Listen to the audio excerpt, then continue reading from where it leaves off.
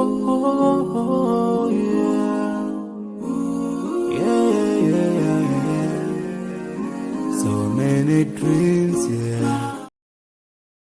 Assalamu alaikum warahmatullahi wabarakatuh. Assalamu alaikum if you are a returning viewer, and assalamu alaikum to those of you who are new here. My name is Aisha Abdul Hadi, and I help Muslimas succeed without overwhelm. And welcome to our brand new Ramadan special podcast series, inshallah, where we will be exploring and understanding 30 ayahs taken from 30 juz across the month of Ramadan, inshallah. So we will begin by turning towards our first juz and Surah Al-Baqarah, and we're going to be going into ayah number 2. So first we are going to listen to the ayah, inshallah, before we study it. So you can follow along in your Qurans too if you want to. ذلك الكتاب لا ريب فيه هدى للمتقين. So, inshallah, we will be looking at this ayah in a little bit more detail in terms of what it means and what we can understand by it. So, this is the book about which there is no doubt, a guidance for those conscious of Allah. And this verse is a declaration of the Quran's divine origin and its role as the ultimate guidance for humanity. And Allah subhanahu wa ta'ala begins Surah Al Baqarah by affirming that the Quran is Al Kitab, the book, with no doubt in its authenticity, its truthfulness, or its completeness. Unlike human authored books or any other book that you might come across, which may have errors in it, it may have uncertainties in it, the Quran is flawless and it's also fully preserved.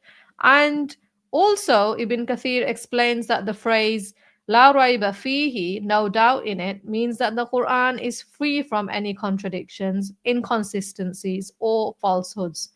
It's the direct word of Allah subhanahu wa ta'ala revealed to us as a mercy and a guidance. However, only those with taqwa or God consciousness will truly benefit from it. And the term Hudallil Muttaqeen, the guidance for the righteous, highlights that whilst the Quran is universally available, its true impact is on those who seek Allah with sincerity. And taqwa also includes obeying Allah's commands, avoiding sins, and maintaining awareness of His presence in all aspects of life. So, what are some of the key lessons that we can reflect and take away from this ayah? There are three. Number one, that the Quran is free from doubt. As Muslims, we believe the Quran is perfect in guidance and preserved by Allah subhanahu wa ta'ala. The second point is really important because it says it's about not everyone benefiting from the guidance. Only those who approach the Quran with sincerity and taqwa will receive the true guidance. So, whilst the Quran is indeed a guidance for all of humanity, Allah subhanahu wa ta'ala specifies that its true impact is for those with taqwa, God consciousness. And this means that simply reading the Quran or hearing the Quran is not enough.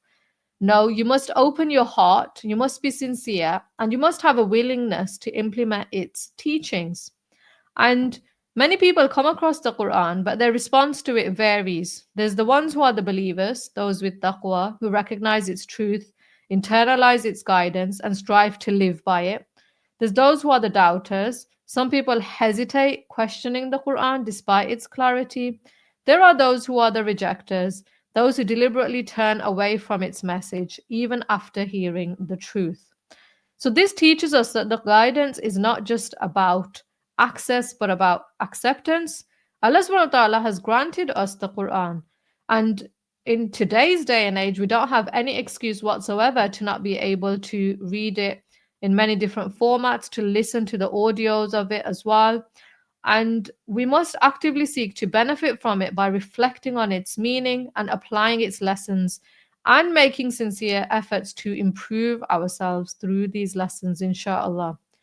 In terms of a practical reflection, ask yourself, am I engaging with the Quran just for the recitation, or am I actively seeking to implement its guidance? Develop a habit of reading the Quran with reflection. Don't just focus on the Arabic, but also alongside it, especially during the month of Ramadan, which is the month of the Quran. Study the meanings and the tafsir as well if you can, inshallah. And make dua for guidance, as we remind you to make dua all the time, inshallah. Even the Prophet ﷺ used to make dua for all aspects of his life, including with regard to the Quran. The next and final point is about taqwa being the key to understanding. The more we strive for God consciousness, the deeper our connection with the Quran becomes. Taqwa or God consciousness is not just about fearing Allah subhanahu wa ta'ala, it's about living with awareness that Allah sees everything we do and using that awareness to shape our decisions.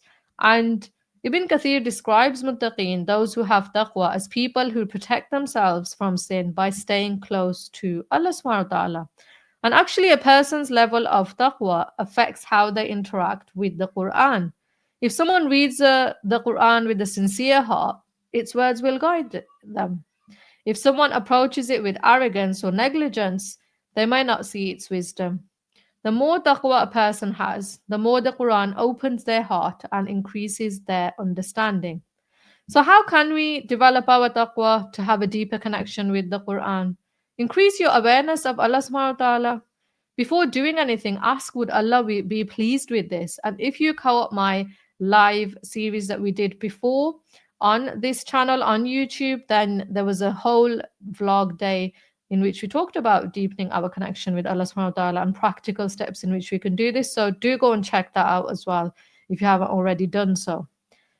Next, act on what you learn. Every ayah you understand, try to implement it. Even if you're far away, do this in small steps. Seek purification of the heart. Avoid sins that might harden your heart, because these sins will then, imagine them gluing together and creating a barrier between us and between the Quran's guidance. Do some practical reflections as well. Make an intention that I'm going to approach the Quran with sincerity and humility. Make plenty of dua for yourself, inshallah.